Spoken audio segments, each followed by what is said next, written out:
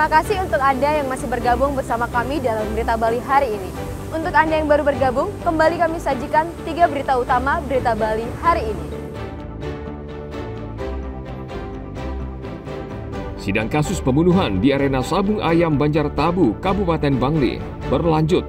Terdakwa Iwayan Luas memohon majelis hakim meringankan hukuman.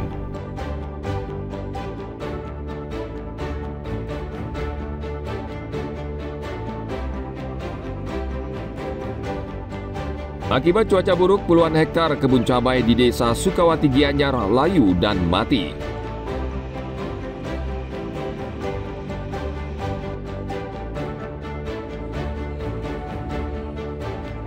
Sekitar 400 atlet dari 26 negara berkompetisi dalam kejuaraan dunia Fofinam di Buleleng.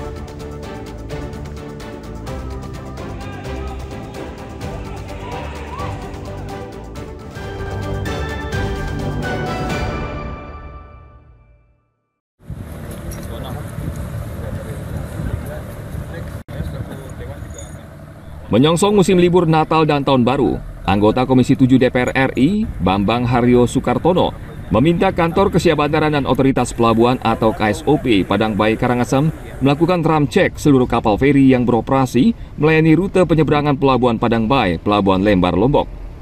Pengecekan ini seharusnya dilakukan setiap hari sebelum kapal berangkat dan bukan menjelang hari besar seperti Natal dan Tahun Baru. Menurut Bambang Haryo Sukartono, keselamatan dan kenyamanan penumpang penting dan mutlak menjadi perhatian. Ram cek itu yang dilakukan oleh Kementerian Perhubungan itu sebenarnya sudah secara langsung dilakukan setiap kali kapal berangkat. Kapal berangkat itu sebelum berangkat mereka melakukan cek semua itu yang ada di kapal, dan semua itu muatan yang akan masuk di kapal harus sesuai kemampuan kapal dibanding dengan apa yang akan diangkut. Itu sudah ada. Dan itu harus dilakukan, itu sesuai dengan undang-undang. Sesuai dengan peraturan keselamatan pelayaran, ram cek meliputi pemeriksaan dokumen kapal, dokumen pemeliharaan rutin atau docking, peralatan keselamatan penumpang seperti life jacket, life raft, dan pelampung, serta peralatan pemadam kebakaran. Tim Liputan melaporkan dari Karangasem.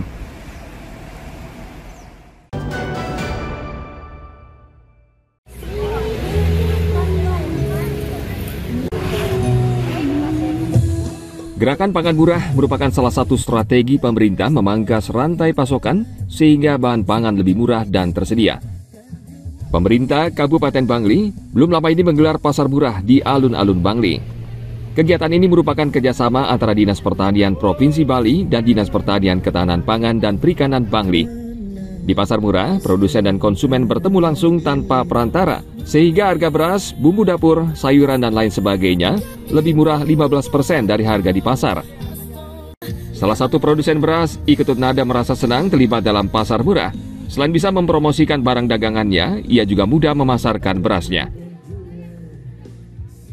Sekarang ini yang membeli ini kan banyak dari berbagai tempat, sehingga produk kita semakin dikenal. Sebagai produsen, kalau sebuah pemasaran udah lancar, otomatis kita bisa mencari stok yang lebih banyak. Selain menjual bahan pokok dengan harga terjangkau, gerakan pangan murah juga bisa mengendalikan inflasi daerah.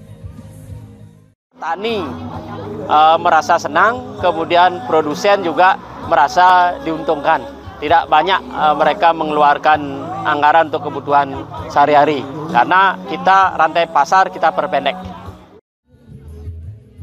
Pemerintah daerah akan terus menggelar pasar murah dan memprioritaskan produk pangan lokal. Hal ini tidak hanya menstabilkan harga, tetapi juga akan meningkatkan kesejahteraan petani. Tim Liputan melaporkan dari Bangli.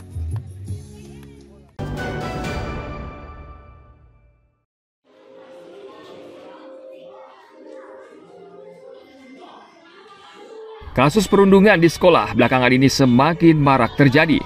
Dinas Pendidikan Jemberana mengambil langkah antisipasi untuk mencegah kasus perundungan ini terjadi. Salah satunya bekerja sama dengan Unit Perlindungan Perempuan dan Anak atau PPA Polres Jemberana dalam memberikan penyuluhan terkait kekerasan dan perundungan terhadap anak atau siswa di sekolah. Melalui penyuluhan ini, siswa mendapat pemahaman tentang dampak psikologis dan sosial dari tindakan perundungan.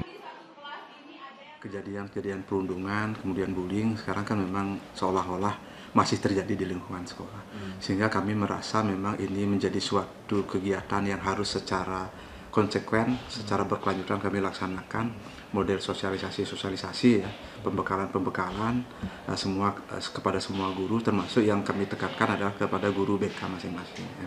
Kemudian kami juga tentu sangat sadari bahwa kami tidak bisa melaksanakan sendiri dalam satu instansi. Kami juga sudah berkoordinasi dengan PPA PPKB, PPA PPKB juga berkoordinasi dengan Polres, sudah melakukan kegiatan secara rutin penyuluhan kepada sekolah berkaitan dengan kegiatan perundungan, bullying, kekerasan, dan lain-lain. Dinas Pendidikan meminta peran orang tua untuk mengawasi dan mencari informasi dari anak sehingga terjalin komunikasi dengan baik. Selain itu, Dinas Pendidikan juga membentuk tim pencegahan dan penanganan tindak kekerasan di lingkungan sekolah. Tim ini bertugas menangani laporan serta memberikan pendampingan jika ditemukan kasus di lapangan. Tim Liputan melaporkan dari Jembrana.